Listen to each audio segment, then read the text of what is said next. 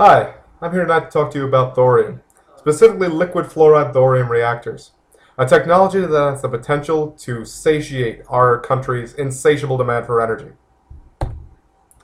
Here we see two studies by the Energy Independence Agency. On the left is energy production by source, on the right is energy consumption, both in the United States. As you would imagine, energy consumption is predicted to continue to increase for the foreseeable future. If we look at our energy production, most of it is from fossil fuels, coal and natural gas, with nuclear only making up about 20% of the energy produced, and that number is predicted to remain relatively stagnant for the foreseeable future. Personally, I feel that nuclear energy should make up a much larger percentage of the energy produced in this country, and I think that our company is the perfect company to take on that challenge. I also think it's important to note that while nuclear technology and uranium technology throughout their history have been synonymous, the truth couldn't be more different. Here are a few things you need to know about thorium. It's incredibly abundant. There are approximately 54 million tons of thorium available to us for easy extraction. Thorium is incredibly energy dense. About 1 pound of thorium is the energy equivalent to 3 million pounds of coal.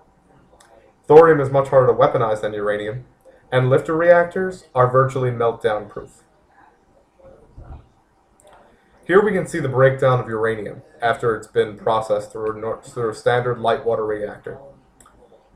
It's important to note that 94% of the byproduct of a spent fuel rod is uranium.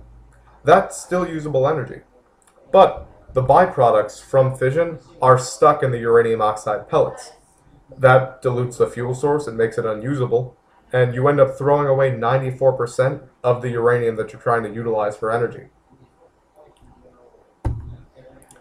Liquid fuels and lifters allow us to extract the valuable and detrimental byproducts of fission that will occur no matter what kind of reactor you have. Thorium reactors are able to completely deplete the fuel source because the main byproduct of thorium fission is uranium-233, which can then be used as a catalyst for future thorium reactions.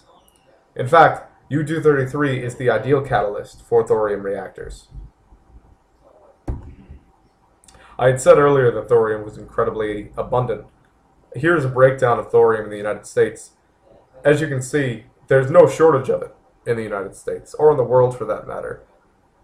Embracing lifter technology would be an incredible way to domestically solve our energy crisis, to make sure that we have clean, sustainable energy. Because this resource is too abundant. It's inexhaustible. And it's so energy dense that we will never run out of it. Nuclear has a bad reputation. As I said before, nuclear and uranium are two different things, but it's important to note that uranium does have a dark past, and it has tainted the name of nuclear. Nuclear energy is incredibly powerful, and it's dangerous. It can be harnessed to create one of the most destructive weapons in human history, or it can be harnessed to create one of the most potent energy sources ever seen by man. Thorium has the same potential to us today as fire had to man in his infancy.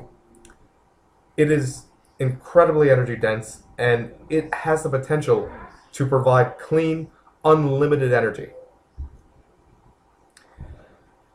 But what if we could remove the danger? What if we can use this nuclear technology without worrying about a meltdown or nuclear weapons or anything like that? As you may have guessed, we can through lifter technology. The two biggest nuclear accidents in history are Fukushima and Chernobyl. There was a power failure which led to coolant that stopped flowing over the solid fuel. The solid fuels turned to liquid. All of the water in the system flashed to steam, which caused massive explosions and nuclear fallout. They were tragic disasters. They were accidents that nobody was able to foresee. But they can be circumvented through lifter technology. Lifters are intrinsically safe. They're passively safe. There are many different designs for lifter reactors, but all employ a freeze plug. What a freeze plug is, it's a block of ice that constantly has cold air being blown over it to keep it solid.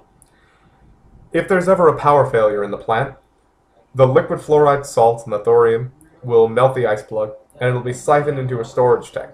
The storage tank is designed to maximize heat transfer to the environment, so all of the excess heat is dissipated, your liquid fluoride salts solidify, your mixture is rendered inert, and as soon as the facility is safe to re-enter, for whatever reason it's shut down, the situation can be cleaned up and the plant can be brought back online.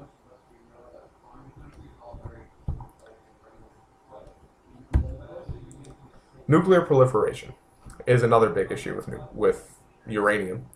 It shouldn't be with thorium, however. As stated before, one of the main byproducts of thorium is U-233.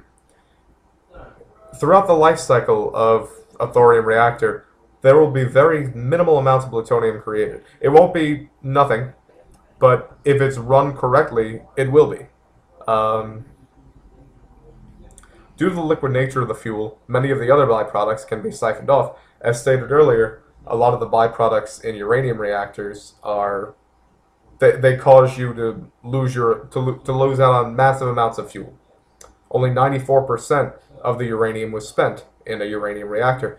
However, with thorium, when you have products like xenon, which would expand in a uranium oxide pellet, causing cracks, which would mean that you can no longer use the fuel source, that gas would just bubble out of a liquid solution. It can be easily siphoned, and it can be sold. There are many useful and rare byproducts from fission, such as bismuth-213 or molybdenum, both of which are alpha-emitting nuclear elements that are very important in the medical industry for cancer research and cancer treatment. Furthermore, thorium can be utilized in breeder reactors with existing plutonium waste to get useful energy. It would be a great way to get rid of the plutonium stockpiles that are in this country and around the world while getting useful energy out. And India is looking into this technology right now. The current state of the technology. It's disheartening to say that very little progress is being made physically for thorium reactors, given the great potential that surrounds them. However, two countries are moving forward with thorium.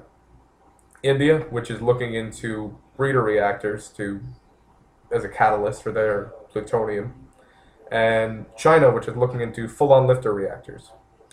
However, it's important to note that with the incredible amount of research being done in the United States, it would be easy to start up a nuclear power plant based on thorium, specifically a lifter power plant, with minimal research costs upfront. I strongly recommend that you take on this proposal and you seriously start doing some research into thorium. Thank you.